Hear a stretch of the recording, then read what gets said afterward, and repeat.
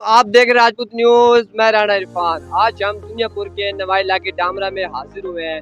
आज हम एक दुकानदार से सब्जी का रेट पूछेंगे। आज हम उससे पूछेंगे कि सब्जी का और फल फ्रूट का क्या रेट है, क्या वो हुकूमत के मुताबिक दे रहे हैं या नहीं दे रहे। जी अस्सलाम वालेकुम सर। वालेकुम सलाम। सर क्या नाम है आपका? मोहम्मद इरशाद। सर आज हम 500 किलोमीटर का बात करते हैं, आपके पास हाजिर हुए। आज हम आवाम में सर्वे करते हैं, तो आज हम लोगों से पूछ रहे हैं क्या सब्जी का और फल फ्रूट का क्या रेट है। जी सर आप मुझे बताइएगा। जी सबसे पहले तो आप लोगों को शुक्रिया कि आप ये सब मालूमात कर रहे हैं। जी सर कौन कौन सी सब्जी? आप मुझे तरतीब वाइज बताइएगा क्या सब्जी का क्या रेट है, आपको मंडी से क्या रेट मिल रहा है और आप कितना मुनाफा ले रहे हैं। जी सर ये सब्जी कद्दू है। कद्दू क्या रेट मिल रहा है? ये हमको 30 रुपये मिल रहे हैं, हम 40 रुपये ये आप 10 रुपये मुनाफा कमा रहे हैं। मुनाफा कमा रहे हैं। जी इसका क्या रेट है? ये 250 का शापर मिलते हैं, इनके 50 रुपये किलो मिलते हैं और 40 रुपये 60 रुपये किलो हम बेचते हैं। 10 रुपये हम आप 50 रुपये कमा रहे हैं। 50 रुपये। ठीक हो गया जी। इनका बाकी का फल फ्रूट का रेट भी बताइएगा मुझे। आम का क्या रेट है? तो हम सर जी 120 रुपये बेच रहे हैं और 100 रुपये हमें पड़ रहा है। इसमें 20 रुपये कमा रहे हैं। हम 20 रुपये कमा रहे हैं। बाकी ये मतीरा ये भी बताइएगा सब आप। सर जी हमें 30 रुपये पड़ रहा है और हम 40 रुपये, इनके 10 रुपये किलो से हम कमा रहे हैं। आप रोजाना के कितना कमा लेते हैं आप बताइएगा।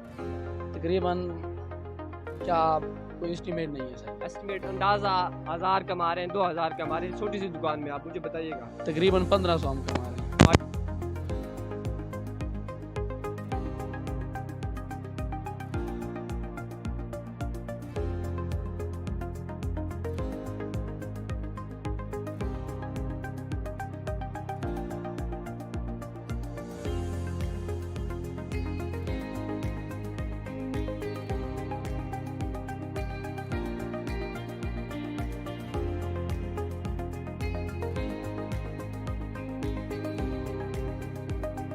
होने के बावजूद आप ये नहीं कह रहे महंगाई है, यानी खुश है ये, यानी आप इस इंसान से सबक सीखिएगा कि महंगाई होने के बावजूद वो इसका गिला तक नहीं कर रहे। जी बहुत ही अच्छा इसका व्यू है। तो हम छोटे भाई से भी पूछेंगे वो क्या करते हैं। अस्सलाम वालेकुम। वालेकुम अस्सलाम। सर क्या नाम है आपका? हाफिज़ मोहम्मद अज़मत रसूल। हाफिज़ साहब आप माशाल्लाह, आपके पास तो कुरान पाक दिल में है, तो आप इस कुरान पाक की बरकत बताइएगा सबको। देखो जी अल्लाह ताला ने कुरान पाक में वाज़े फरमा दिया है कि कुरान पाक जो बंदा कुरान पाक हिफ्ज़ करता है ना, अल्लाह ताला उसके लिए काफ़ी राहें खोल देता है और उसके माँ बाप को अल्लाह ताला अब क़यामत के दिन अपनी रहमत से नवाजेगा और उनके सरों पर वो नूरानी ताज होगा। अगर सूरज सवा नेज़े पर आ जाए तो उसकी रोशनी कम होगी, उस ताज की रोशनी ज़्यादा होगी जो हाफिज़ के माँ बाप के सर पर सजेगा। माशाल्लाह। सर आप मुझे बताइएगा, आप माशाल्लाह आपकी छोटी सी उम्र है, आपने इस छोटी सी उम्र में कुरान पाक का हिफ्ज़ किया और आपने कितने साल में कुरान पाक का हिफ्ज़ किया और आप कितनी मरतबा मुसल्ला वगैरह पढ़ा चुके हैं बताइएगा। अल्हम्दुलिल्लाह मैंने 1.5 साल के अंदर कुरान पाक हिफ्ज़ किया था और तकरीबन 6 माह में मैंने अपनी मंजिल याद की थी।